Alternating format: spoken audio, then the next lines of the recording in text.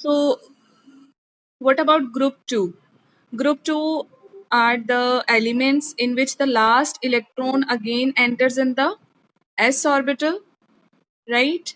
And what will be their electronic configuration? It will be ns2. The general electronic configuration for the group 2 is ns2. Clear? Now elements कौन कौन से हैं बच्चे इसमें हमारे पास? Beryllium, magnesium, calcium, strontium, barium and radium. ठीक है, यही कुछ एलिमेंट्स हैं आपके पास।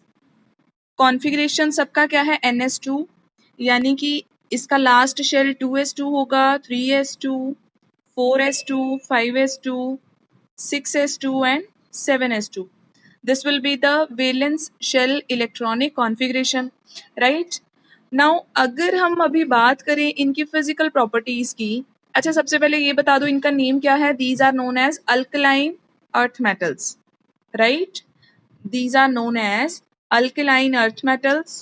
और अल्केलाइन अर्थ मेटल्स इनको क्यों बोलते हैं? एक तो अर्थ क्रस्ट में फाइंड करी जाती हैं एंड प्लस इनका जो बेस होता है which is soluble in water, that's why these are known as alkaline. ठीक है, इनके जो बेसिस हैं these are soluble in water. Clear? रही बात बेटा फिजिकल प्रॉपर्टीज की, तो सबसे पहले साइज का डिस्कस कर लेते हैं। साइज आपको पता है as usual as we move down the group it will increase, लेकिन ग्रुप 1 से साइज इनका क्या होगा? ज्यादा या कम? as yes, as compared to group 1 their size is less. Next property is ionization enthalpy. Now according to this ionization enthalpy, आपको पता है sizes इनके डाउन द ग्रुप जाएंगे तो कंटिन्यूसली इंक्रीज करते हैं, तो इलेक्ट्रॉन इजीली रिमूव हो जाता है। Clear? So ionisation enthalpy decreases down the group. And अगर ग्रुप 1 के साथ भी हमने साथ साथ में कंपेयर करना है, ग्रुप 1 के साथ अगर हम कंपेयर करें तो बेटा इनके साइजेस थोड़े छोटे हैं, जिसकी वजह से इनकी जो आयोनाइजेशन एंथैल्पी है that will be higher. Okay,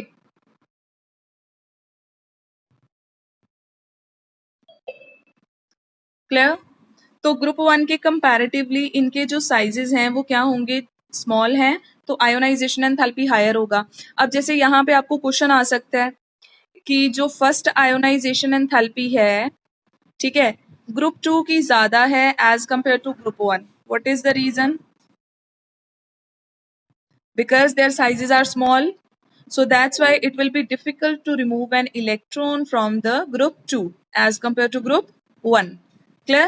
but अगर यही हम सेकेंड आयोनाइजेशन एंथैल्पी की बात करें, सेकेंड इलेक्ट्रॉन निकालना है, तो फिर ग्रुप 2 की जो है वो लेस हो जाती है as compare to group 1। Now what is the probable reason here?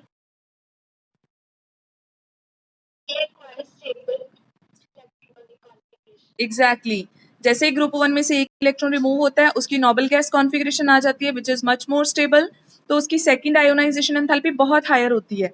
लेकिन ग्रुप 2 की कम क्यों होती है? बिकॉज उसका सेकंड इलेक्ट्रॉन रिमूव करने के बाद नोबल गैस कॉन्फ़िगरेशन अभी आनी है विच इज मोर स्टेबल, तो वो क्विकली अपना सेकंड इलेक्ट्रॉन रिमूव कर देगा। क्लियर? अगेन अगर हम बात करें, यस डियर,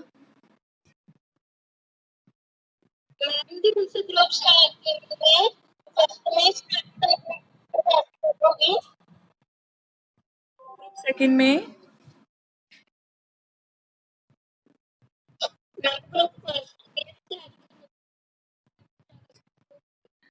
सेकेंड आयोनाइजेशन, बेटा आप सोडियम में से अगर एक इलेक्ट्रॉन रिमूव कर देते हो तो उसकी कॉन्फ़िगरेशन कितनी हो जाती है? नियॉन जैसी, and neon is a noble gas configuration, तो सेकेंड इलेक्ट्रॉन जो है रिमूव करना it is very difficult. Clear? Due to noble gas configuration. Now let's come to the next point, metallic character. You know all of these are metals, right? So definitely इनका जो metallic character है वो काफी ज्यादा होता है, लेकिन अगर ग्रुप 1 के साथ कंपेयर करें तो metallic character क्या आएगा? लिटिल बिट, यस, ठीक है। और साथ में ही आप इलेक्ट्रोपॉजिटिविटी डिस्कस कर दो। अच्छा, down the group metallic character increases, very good. Electropositivity These elements are electropositive in nature because they can easily lose their electrons. They are electropositive and the electropositive character increases down the group, but it is less than the group 1. Clear? इसके अलावा बच्चे flame की बात कर सकते हो, flame colouration की. जैसे ग्रुप 1 के जो एलिमेंट्स थे, जब हम उनके सॉल्ट को बर्न करते हैं इन द फ्लेम, तो डेफिनेटली क्या होता है कि वो फ्लेम को एक कलर देते हैं. किसी का वॉयलेट कलर आता है, किसी का गोल्डन येलो कलर आएगा, है ना, क्रिम्सन रेड एटसेट्रा. तो इनके कलर्स आते हैं जब इनको बर्न करते हैं इन द फ्लेम. तो ग्रुप 2 भी है, सेम इफेक्ट शो करता है. रीजन रीजन क्या लिखते हो बच्चे आप? फ्लेम कलरेशन का क्या रीजन लिखोगे? बताओ जल्दी.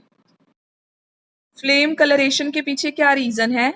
Y they are giving colour to the flame? जब आप हीट करते हो ना, due to there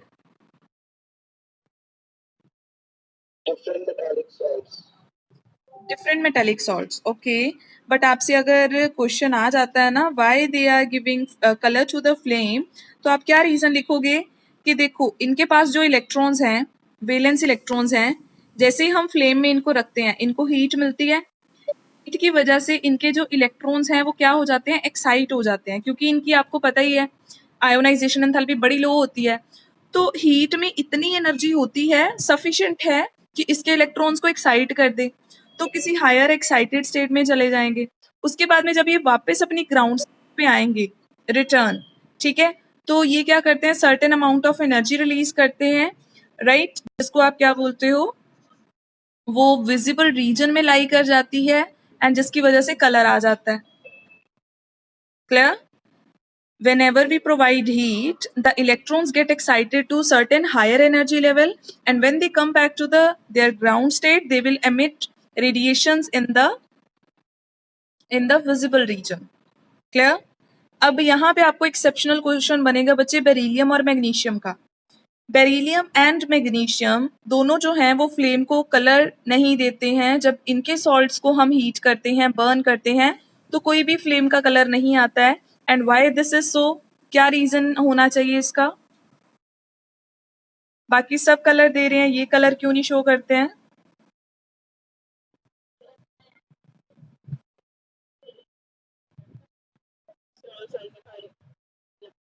very good, क्योंकि इनके साइजेस बहुत स्मॉल हैं. अगर साइजेस इतने स्मॉल होंगे तो डेफिनेटली आयोनाइजेशन एंथैल्पी भी हायर होगी. इनके इलेक्ट्रॉन्स को एक्साइट करने के लिए बहुत ज्यादा एनर्जी चाहिए, और इतनी एनर्जी हीट प्रोवाइड नहीं कर पाएगी. ठीक है, तो इसीलिए इनके इलेक्ट्रॉन एक्साइट नहीं हो रहे हैं, और प्लस आपके पास जो है वो विजिबल रीजन में नहीं लाई कर रहा है, एंड कलर नहीं आएगा. ठीक है बेटा. इसके अलावा अगर हमने बाकी प्रॉपर्टीज देखनी है फ्लेम कलरेशन के अलावा, देन आप चेक कर सकते हो. और इनका हाइड्रेशन एंथैल्पी, कौन ज्यादा हाइड्रेशन करेगा, ग्रुप 1 या ग्रुप 2? एग्जैक्टली. रीजन? क्योंकि ग्रुप 2 की जो मेटल्स हैं उन पे 2 पॉजिटिव चार्ज है, और जो ग्रुप 1 की मेटल्स हैं उन पे कितना है? 1 पॉजिटिव. और आपको पता है higher the charge more will be the force of attraction, and water molecule जो है वो ज्यादा एक्यूमुलेट होंगी. दैट्स व्हाई हाइड्रेशन एंथैल्पी भी क्या होगी? ज्यादा. रीजन क्या लिखना है? साइज भी लेस है और चार्ज भी ज्यादा है, that's why. And as we move down the group, hydration enthalpy decreases. ठीक है, तो इसीलिए बच्चे जो इनके ये वाले सॉल्ट्स हैं ऊपर वाले, इनकी हाइड्रेशन बहुत एक्सटेंड तक होती है, 6 वाटर मॉलिक्यूल अटैच होते हैं. लेकिन जो लो वाले हैं इनकी हाइड्रेशन इतनी कम होती है कि इनके सॉल्ट्स के साथ 2 वाटर मॉलिक्यूल्स या इतना कुछ होता है. ठीक है, so as we move down the group, hydration enthalpy decreases. Clear? इसके अलावा मेल्टिंग बॉइलिंग पॉइंट वो डिस्कस कर लेते हैं. इन पे क्या असर होगा बताना जरा. ग्रुप 1 के हायर होंगे या ग्रुप 2 के?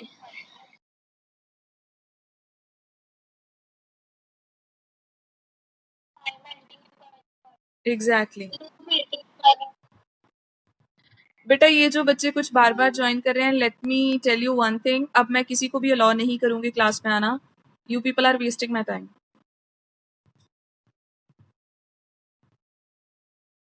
यस, लो मेल्टिंग पॉइंट या high melting point? Okay okay okay, discuss कर लेते हैं। ओ,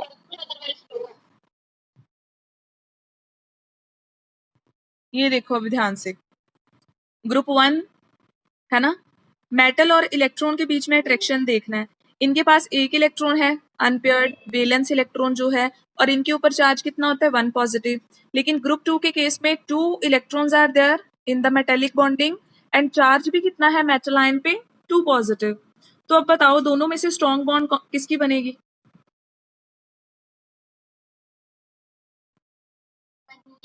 एग्जैक्टली मैग्नीशियम, क्योंकि इलेक्ट्रॉन भी ज्यादा है, ऊपर से चार्ज भी हाई है, तो स्ट्रॉन्ग इंटरेक्शंस आएंगी जिसकी वजह से स्ट्रॉन्ग मेटेलिक बॉन्ड बनेगा and that's why high melting and boiling point होंगे। रीजन क्या लिखोगे? Due to the strong metallic bond. लेकिन जैसे ही हम डाउन द ग्रुप मूव करते हैं, मेटल का जो साइज है वो कॉन्टिन्यूसली क्या होता है, इंक्रीज, और अगर वो इंक्रीज करेगा तो मेटेलिक बॉन्ड वीक होती जाएगी और मेल्टिंग बॉइलिंग पॉइंट कॉन्टिन्यूसली लो होते जाएंगे। क्लियर? तो अगेन बेटा ये भी कुछ शाइनी सॉफ्ट मेटल्स होती हैं, लेकिन इनकी जो सॉफ्टनेस है एज कंपेयर टू ग्रुप 1 कम ही होगी, है ना। सो होप आपको सारी प्रॉपर्टीज क्लियर हो गई होंगी। तो अब हम बात करते हैं बच्चे केमिकल प्रॉपर्टीज की, ठीक है बेटा। तो फिजिकल प्रॉपर्टीज बस ऐसे ही जैसे आपने ग्रुप 1 की करी, सिमिलरली करनी है और कंपैरिजन में करना है सब कुछ, राइट। अब हम आते हैं ग्रुप 2 पे, सॉरी ग्रुप 2 की केमिकल प्रॉपर्टीज पे, ठीक है।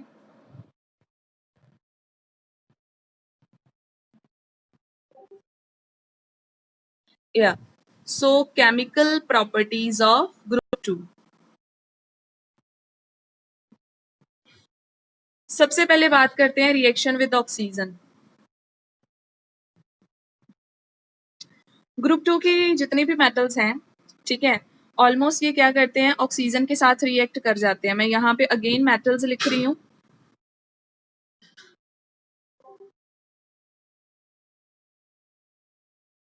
ठीक है।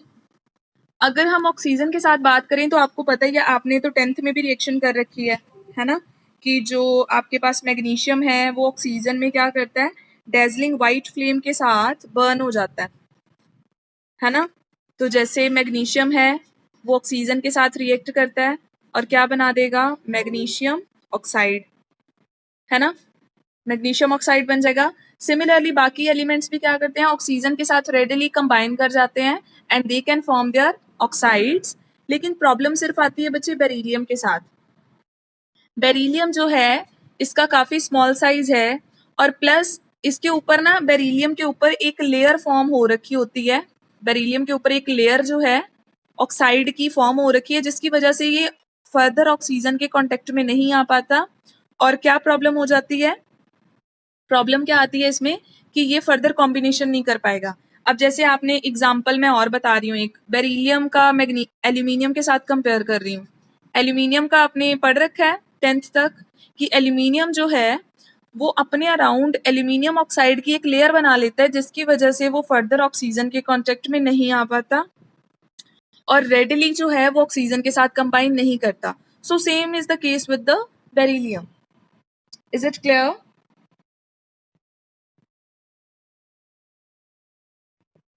Is it clear? और बाकी सबके सब क्या करेंगे, ऑक्सीजन के साथ बड़ा इजीली कंबाइन कर जाएंगे, ठीक है। तो बेरिलियम का बिहेवियर अब देखना आप, बाकी एलिमेंट से थोड़ा बहुत डिफरेंट ही रहेगा, ठीक है। तो अब अगर हम बात करें, अब जैसे एक और चीज बताती हूँ, बेरिलियम और मैग्नीशियम एयर में क्या करते हैं, ये लोग उसके साथ नाइट्रोजन के साथ भी रिएक्ट कर जाते हैं, ठीक है। मैग्नीशियम अपना नाइट्राइड बना लेगा, बेरिलियम भी अपना नाइट्राइड बना लेता है, लेकिन बाकी एलिमेंट्स जो हैं वो नाइट्रोजन के साथ रिएक्शन प्रेफर नहीं करते हैं। रीजन अगेन क्या आ जाएगा, रीजन आपका होगा बच्चे कि नाइट्रोजन जो है वो काफी लेस रिएक्टिव एलिमेंट है, ठीक है। नाइट्रोजन में ट्रिपल बॉन्ड होती है ना, रिएक्टिविटी बहुत कम होती है, तो इसके साथ रिएक्ट करना इजी नहीं है। तो ये बेरिलियम मैग्नीशियम फिर भी रिएक्ट कर जाते हैं और बाकी सब रिएक्ट नहीं करते हैं। और अगर हम ग्रुप 1 की बात करें तो ग्रुप 1 में कौन था, सिर्फ लिथियम था जो नाइट्रोजन के साथ रिएक्ट करता, बाकी कोई भी नहीं करता था। क्लियर? तो ऑक्सीजन के साथ भी सब कंबाइन कर जाएंगे, ऑक्साइड बन जाएगा, ठीक है। अब एक चीज बताना, अगर मैं मैग्नीशियम ऑक्साइड को वाटर में डिसॉल्व करूं तो क्या बनेगा?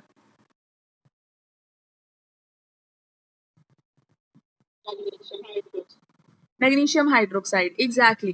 So whenever we dissolve metal oxide in water, they will form metal hydroxide, and these metal hydroxides are soluble in water. तो हम इसको क्या कहेंगे? हम इसको अल्कली बोलेंगे, ठीक है। तो जितने भी मेटल ऑक्साइड्स हैं वाटर में डिसॉल्व होने के बाद मेटल हाइड्रोक्साइड बनाते हैं, और ये क्या होता है? हमारे पास बेस होता है। बेस में भी कौन सी कैटेगरी में आता है? ये अल्कली में आता है। This is our alkali, this is a base which is soluble in water. तो क्लियर हो गया बेटा रिएक्शन विद ऑक्सीजन, ठीक है। तो अब अगर हम बात करें इनके ऑक्साइड्स, सॉरी हाइड्रोक्साइड्स की या फिर ऑक्साइड्स की, आपको पता है जो मेटल ऑक्साइड्स होते हैं these are basic in nature, basic in nature. Reason पता है ना? क्योंकि वाटर में डिसॉल्व होने के बाद ये बेस फॉर्म करते हैं। Now is it clear? जी जी, okay. Now is it audible? Is it clear?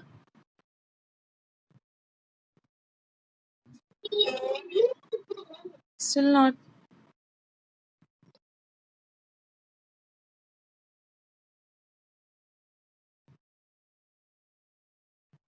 अब भी जल्दी बताना बेटा, मैंने टॉपिक कंप्लीट करना था।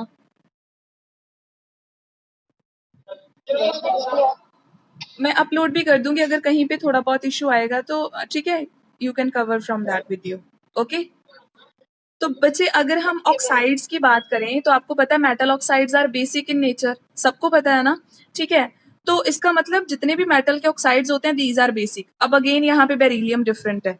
बेरिलियम क्यों डिफरेंट है? आपको पता है जो बेरिलियम का ऑक्साइड है this is amphoteric in nature. Beryllium का जो ऑक्साइड है it is not basic in nature, it is amphoteric. Amphoteric का क्या मतलब होता है? जो एसिड और बेस दोनों बिहेवियर शो करे, यस, और या फिर दोनों एसिड और बेस के साथ रिएक्ट कर जाए। तो मैं कंपैरिजन में बताते चली जा रही हूँ, बेरिलियम के ऑक्साइड बनाने में भी प्रॉब्लम आ रही थी, एम्फोटेरिक भी है, ठीक है। बाकी क्लियर हो गया? सिमिलरली अगर बेरिलियम हाइड्रोक्साइड बनेगा again it will show amphoteric character, okay बच्चे। तो एम्फोटेरिक का आप रिएक्शन एक बार बुक से जरूर देख लेना कि जब ये एसिड के साथ रिएक्ट करता है तो क्या प्रोडक्ट बनेगा, और जब ये बेस के साथ रिएक्ट करेगा तो क्या प्रोडक्ट बनेगा, ठीक है बच्चे, क्लियर? तो ऑक्साइड्स का होप आपको क्लियर हो गया होगा। अब हम आ जाते हैं बच्चे नेक्स्ट किसी और प्रॉपर्टी पे, and let us discuss now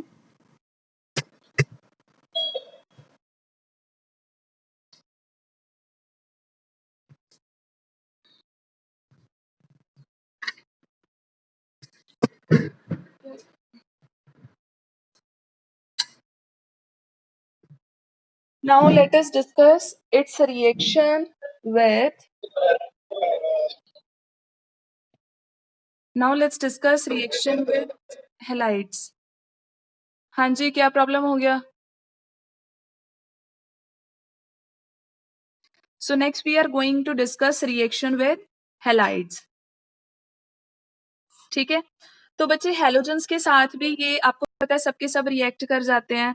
अब जैसे मैग्नीशियम है वो क्लोरीन के साथ कंबाइन करेगा तो मैग्नीशियम क्लोराइड बनाएगा। बाकी भी सिमिलरली क्या करते हैं, हेलोजेंस के साथ रिएक्ट कर जाते हैं। लेकिन अगेन यहाँ पे प्रॉब्लम किसके साथ आ रही है? बेरिलियम के साथ। बेरिलियम के साथ क्यों? क्योंकि एज यूजुअल वो डायरेक्टली हेलोजेंस के साथ कंबाइन करके हेलाइड्स नहीं बनाता है, वो थोड़ा सा डिफरेंट मेथड जो है वो फॉलो करता है। जैसे अगर बेरिलियम का फ्लोराइड आपने बनाना है ना, तो आप क्या करोगे, आप ये सॉल्ट यूज करोगे, इसको क्या करते हैं हम लोग हीट करते हैं, और इसको हीट करने के बाद आपका बेरिलियम फ्लोराइड बनेगा। सो प्रेपरेशन का मेथड भी स्लाइटली क्या है, डिफरेंट है। बेरिलियम का फ्लोराइड बनाना है तो कुछ अलग मेथड, जैसे बेरिलियम का अगर आपने क्लोराइड बनाना है तो इसके ऑक्साइड को क्लोरीन के साथ रिएक्शन कर दो in the presence of carbon, तो आपके पास क्या बन जाएगा, बेरिलियम क्लोराइड। ये कभी कभी सर्टेन रिएक्शंस आपको पूछी जाती हैं एग्जाम में, ओके। तो बेरिलियम का प्रिपरेशन थोड़ा सा डिफरेंट है, बाकी सब तो डायरेक्टली कंबाइन करके भी प्रिपेयर कर देते हैं, क्लियर। लेकिन अब हमने डिस्कस करना है कि इनका नेचर कैसा है। तो नेचर की बेटा अगर हम बात करें तो सबको पता है कि अगर बेरिलियम का फ्लोराइड बन रहा है, क्लोराइड बन रहा है, सिमिलरली मैग्नीशियम अपना फ्लोराइड, क्लोराइड, ब्रोमाइड, है ना, सब कुछ बना रहे हैं ये हेलाइड्स बना रहे हैं ना, फॉर्मूला पता है ना सबको हेलाइड्स का। तो डेफिनेटली आपसे क्या चीज क्वेश्चन करी जाएगी, सबसे पहले तो ये इनका आयनिक या फिर कोवेलेंट कैरेक्टर, है ना। हेलाइड्स में सबसे ज्यादा इंपॉर्टेंट क्या चीज आ जाएगी, कौन सा प्योरली आयनिक है और कौन सा प्योरली कोवेलेंट है। तो सबसे पहली बात बच्चे, बेरिलियम के जितने भी हेलाइड्स होंगे वो क्या होंगे, कोवेलेंट नेचर के। अब कोई रीजन बताएगा व्हाई दीज आर कोवेलेंट?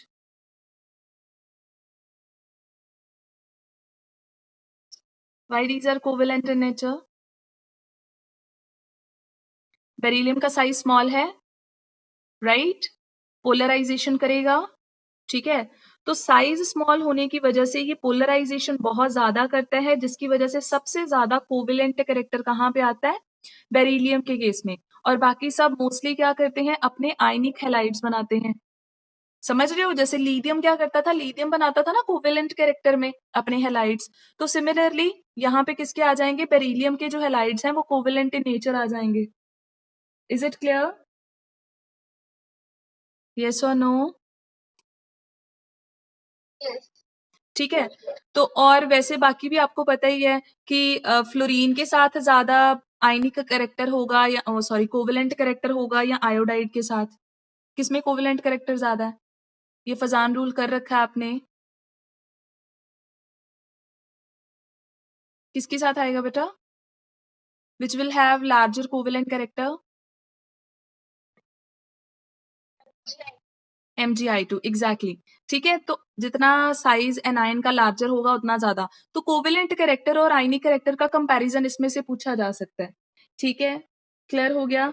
अब इसके अलावा कुछ एडिशनल चीज आपको यहाँ पे बताऊं मैं, बेरिलियम जो है ना, बेरिलियम का क्लोराइड उसका स्ट्रक्चर थोड़ा सा डिफरेंट आएगा, ठीक है।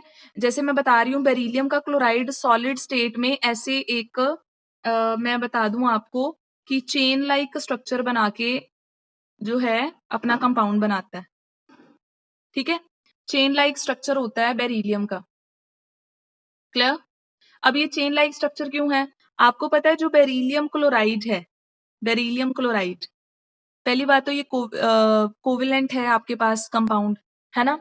तो जो बेरिलियम क्लोराइड है बच्चे, आपको पता है इसके अराउंड, हाँ जी बच्चे, तो बेरिलियम के केस में क्या था कि उसका ऑक्टेट जो है वो कंप्लीट नहीं था, तो ऑक्टेट को कंप्लीट करने के लिए एक बेरिलियम जो है वो नियर बाय जो बेरिलियम है उसके क्लोरीन से लोन पेयर गेन करके एंड अपना ऑक्टेट कंप्लीट करता है। तो इसी वे में सारे बेरिलियम क्लोराइड अरेंज हो सकते हैं। So that's why in solid state आपका जो बेरिलियम क्लोराइड है वो कुछ इस चेन स्ट्रक्चर के फॉर्म में जो है वो एग्जिस्ट करेगा, ठीक है। डिफरेंस पता चल गया कैसे है। और वैसे अदरवाइज अगर हम वेपर फेज की बात करें, ठीक है, सॉलिड स्टेट में तो वो काफ़ी कॉम्बिनेशन में आ गए। अब आपको पता है वेपर फेज में क्या हो जाता है, थोड़ी बहुत प्रॉब्लम हो जाती है ना, कि मॉलिक्यूल ज़्यादा नियर बाय नहीं आते हैं। तो उसके केस में क्या होता है कि आपका डायमर बनता है, ये फुल चेन लाइक स्ट्रक्चर नहीं बनता। तो डायमर कैसे बनेगा, डायमर कुछ इस फॉर्म में बनेगा, ठीक है। जो क्लोरीन है वो ब्रिजिंग करेगा, क्लोरीन एज अ ब्रिज दो बेरिलियम के बीच में आ सकता है, तो ये आपका कुछ डायमर लाइक स्ट्रक्चर जो है वो बन जाएगा इन वेपर फेज। लेकिन अगर टेम्परेचर हाई होगा तो फिर ये अकेला ही एग्जिस्ट करेगा in the form of beryllium chloride, ठीक है। सिंपली एग्जिस्ट करेगा if it is at the high temperature, ठीक है। तो हेलाइड्स को लेके बस कोवेलेंट आयनिक कैरेक्टर याद रखना है, बेरिलियम का जो डिफरेंट बिहेवियर हर केस में आ रहा है सिर्फ वो याद रखना है, क्लियर। हेलाइड्स का हो गया। अब इसके बाद में अगर हम बात करें बच्चे इनके रिड्यूसिंग नेचर की, थर्ड है ना, कि इनका जो रिड्यूसिंग नेचर है वो कैसा है। तो रिड्यूसिंग नेचर में एग्जैक्टली ये एक्ट करते हैं as a very good reducing agent because electron easily to अपने लूज कर देते हैं, है ना। ये मेटल्स क्या करती हैं, अपने 2 इलेक्ट्रॉन इजीली लूज कर देते हैं, so they are very good reducing agent.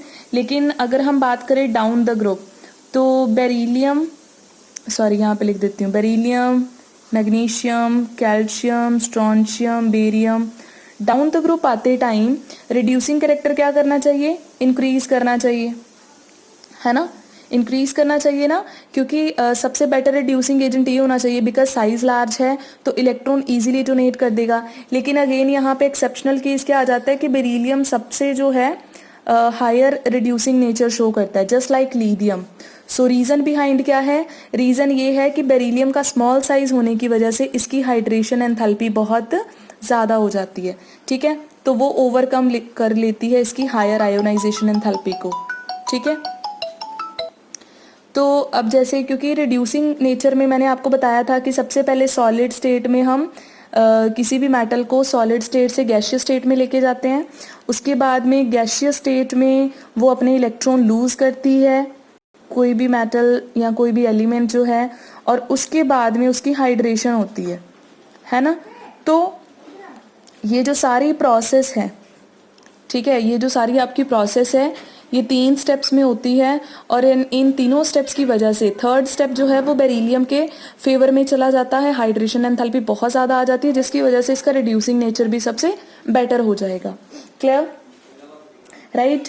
अब नेक्स्ट अगर हम बात करें लिक्विड अमोनिया में इसका कैसा बिहेवियर होगा, तो डेफिनेटली जैसे अल्कली मेटल आयंस इसके साथ कॉम्प्लेक्सेस बना लेते हैं लिक्विड अमोनिया के साथ रिएक्ट करके, सिमिलरली ग्रुप 2 भी करेगा, ठीक है। तो जैसे ये रहा आपका सपोज बेरिलियम है या कोई भी आपकी मेटल है, इसके साथ हमने अमोनिया को रिएक्ट करवाया, अमोनिया के मोल्स कितने लिए हमने X एंड Y, ठीक है। तो मेटल क्या करेगी, मेटल अमोनिया के साथ रिएक्ट करेगी X मोल ऑफ अमोनिया के साथ, 2 positive charge and plus electrons भी क्या करेंगे अमोनिया के साथ कॉम्प्लेक्स फॉर्म कर लेंगे, ठीक है, 2 इलेक्ट्रॉन्स फॉर्म करेंगे तो 2 टाइप के ऐसे कॉम्प्लेक्स, मतलब बैलेंसिंग कर दी, राइट। तो मेटल क्या करेगी, मेटल जो है वो अपना 2 पॉजिटिव आयन बनाती है साथ में 2 इलेक्ट्रॉन, मेटल भी अमोनिया के साथ अपना कॉम्प्लेक्स बना लेगी एंड इलेक्ट्रॉन्स भी बना लेंगे। तो इस अमोनिएटेड कॉम्प्लेक्स होने की वजह से ही क्या आता है, अमोनिया के सॉल्यूशन का एक इंटेंस कलर आएगा। सो whenever we react these metals with ammonia, an intense color is produced, right? This is due to these ammoniated electrons. Clear? तो ये सारी चीज़ें होप आपको कवर हो गई होंगी। इसके अलावा भी आप इनकी वाटर के साथ रिएक्शन कर सकते हो, है ना, रिएक्शन विद वाटर, तो सबके सब वाटर के साथ रिएक्ट करते हैं। क्लियर, तो वाटर के साथ देख लेते हैं हम, अगर हम इनकी डिस्कस करें रिएक्शन विद वाटर, तो वाटर के साथ जब ये रिएक्ट करेंगे तो प्रोडक्ट क्या बनेगा, hydroxide, their hydroxide will be formed, right, hydroxide will be formed and साथ में क्या होगा, हाइड्रोजन गैस प्रोड्यूस होगी, यही होगा पॉसिबिलिटी, ठीक है। इसका मतलब अपॉन रिएक्टिंग विद वाटर ये क्या बनाते हैं, अपने हाइड्रोक्साइड्स बनाएंगे। लेकिन ग्रुप 1 के कंपैरेटिवली इनकी वाटर के साथ रिएक्टिविटी क्या होती है, थोड़ी लेस होती है, ठीक है। ग्रुप 1 के कंपैरेटिवली इनकी जो रिएक्टिविटी है वो काफ़ी लेस आएगी, राइट। एंड और अगर हम इसकी बात करें, यस, जितने भी इनके हाइड्रोक्साइड्स हैं, अब जैसे बेरिलियम का हाइड्रोक्साइड है, मैग्नीशियम का हाइड्रोक्साइड है, कैल्शियम का हाइड्रोक्साइड है, सबके सब हाइड्रोक्साइड्स बनाएंगे। तो मेरे को ये बताओ कि जब हम डाउन द ग्रुप आते हैं तो इनके जो हाइड्रोक्साइड्स हैं उनका बेसिक कैरेक्टर क्या होगा, कम होगा, ज़्यादा होगा, कितना हो सकता है। तो बेरिलियम का साइज स्मॉल है तो हाइड्रोक्साइड के बॉन्ड के साथ जो बॉन्ड बना रखी है वो भी क्या होगी, काफ़ी स्ट्रॉन्ग। मैग्नीशियम का साइज लार्ज है, बॉन्ड वीक। कैल्शियम का साइज फर्दर लार्ज है, बॉन्ड फर्दर वीक, ठीक है। तो ये बॉन्ड ब्रेक करना क्या हो जाएगा, इजी होगा, तो इसका मतलब OH negative ion easily release हो सकता है और इस केस में इजीली रिलीज नहीं हो सकता। So as we move down the group, basic character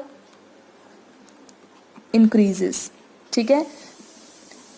Magnesium hydroxide will be more basic than beryllium hydroxide and calcium hydroxide will be further more basic than magnesium hydroxide. So जैसे जैसे hydroxides के case में आप down the group move करते हो, इनका जो hydroxide loose करने की टेंडेंसी है वो इंक्रीज करती है और इनका बेसिक कैरेक्टर भी क्या कर जाता है, इंक्रीज कर जाता है। क्लियर बेटा।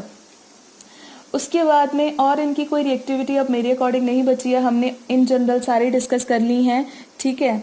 यस, ये हाइड्रोजन के साथ भी कंबाइन कर सकते हैं, वो भी आपको पता है कि हाइड्रोजन के साथ अगर कंबाइन करेंगे तो इनके हाइड्राइड्स बनेंगे जिसमें हाइड्रोजन पे नेगेटिव चार्ज होगा, कैल्शियम आपकी मेटल पे पॉजिटिव चार्ज आएगा, राइट।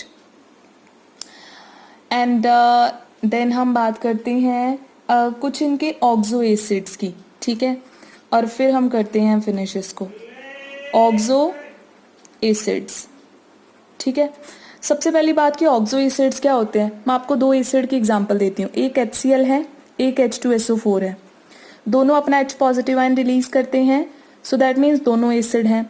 HCl का अगर स्ट्रक्चर देखें तो सिंपल इतना है, H2SO4 का स्ट्रक्चर देखें तो कुछ ऐसा है। दोनों में फर्क क्या है, यहाँ पे हाइड्रोजन जो है वो किसी भी एलिमेंट के साथ अटैच्ड है जिसको रिमूव होना है बाद में, लेकिन अगर आपका जो हाइड्रोजन रिमूव हो रहा है अगर वो ऑक्सीजन के साथ बॉन्डिंग में है तो उसको हम कौन सा एसिड बोलते हैं, ऑक्सो एसिड, ठीक है। अगर आपका रिमूवेबल जो H पॉजिटिव आयन है, if it is connected with the oxygen, अगर वो ऑक्सीजन के साथ कनेक्टेड है, बॉन्डिंग में है, ठीक है, तो फिर डेफिनेटली वो क्या होगा, आपका ऑक्सो एसिड होगा, ठीक है। सो दैट मीन्स ये ऑक्सो एसिड नहीं है, ये ऑक्सो एसिड है, और हैं दोनों एसिड्स ही, ठीक है। तो अगर हम इनकी बात करें बेटा ऑक्सो एसिड्स की, तो सबके सब सल्फ्यूरिक एसिड के साथ रिएक्ट करके क्या बना लेंगे, अपने सल्फेट बना लेंगे, ठीक है। बेरिलियम सल्फेट हो गया, magnesium sulphate, calcium sulphate, barium sulphate, ठीक है। तो सबके सब सल्फेट एग्जिस्ट करते हैं। सिमिलरली सबके सब अपने कार्बोनेट्स भी बना लेते हैं, ओके। इनके जो कार्बोनेट्स है ना, these are insoluble in water, ठीक है। और इनसॉल्युबल हम ये कह सकते हैं कि स्टार्टिंग वाले हैं मतलब लेस सॉल्युबल हैं, मोस्टली सस्पेंडेड आ जाते हैं, लेकिन इनकी सॉल्युबिलिटी चलो मैं डिस्कस कर देती हूँ, ठीक है। सर्टेनली लेस सॉल्युबल हम कह सकते हैं। अब ऑक्सो एसिड सबके सब बनाते हैं, ठीक है। स्टार्टिंग वालों के ऑक्सो एसिड अनस्टेबल होते हैं, ये सपोज ये कार्बोनेट्स की मैं बात कर रही हूँ, जो कार्बोनेट्स हैं बेरिलियम या मैग्नीशियम के अनस्टेबल हैं, ये फटाफट से क्या करते हैं, डीकम्पोज कर जाते हैं, बेरिलियम ऑक्साइड अलग हो जाएगा, कार्बन डाइऑक्साइड रिमूव हो जाएगा अलग से, ठीक है। तो जैसे लिथियम का कार्बोनेट स्टेबल नहीं ना होता, सिमिलरली बेरिलियम का भी कार्बोनेट क्या होगा, स्टेबल नहीं होगा। अब आपसे क्वेश्चन यहाँ पे क्या बनेगा कि इनकी सॉल्युबिलिटी डिस्कस कर दो, ठीक है। Which one is soluble in water, which one is less soluble, and down the group solubility कैसे जा रही है, ठीक है। अब आप कैसे इनको एक्सप्लेन करोगे सॉल्युबिलिटी के बेसिस पे। अब बच्चे देखो, हमने बॉन्ड बना रखी है कार्बोनेट के साथ मेटल की, मेटल का साइज कार्बोनेट के साइज के कंपैरेटिवली काफ़ी छोटा है, तो इसका मतलब बॉन्ड सबके केस में ऑलमोस्ट वीक ही है, तो हम ये नहीं बोल सकते कि लैटिस एंथैल्पी का यहाँ पे रोल है, ठीक है। उसके बाद में आप डिस्कस करोगे इनके लैटिस एंथैल्पी के बाद में कौन सा फैक्टर आता है आपका, हाइड्रेशन एंथैल्पी, ठीक है। आपको पता है ना, जब भी हमने किसी चीज़ में सॉल्युबिलिटी चेक करनी होती है तो हम दो फैक्टर्स पे फोकस करते हैं, एक लैटिस एंथैल्पी पे, दूसरा हाइड्रेशन एंथैल्पी पे।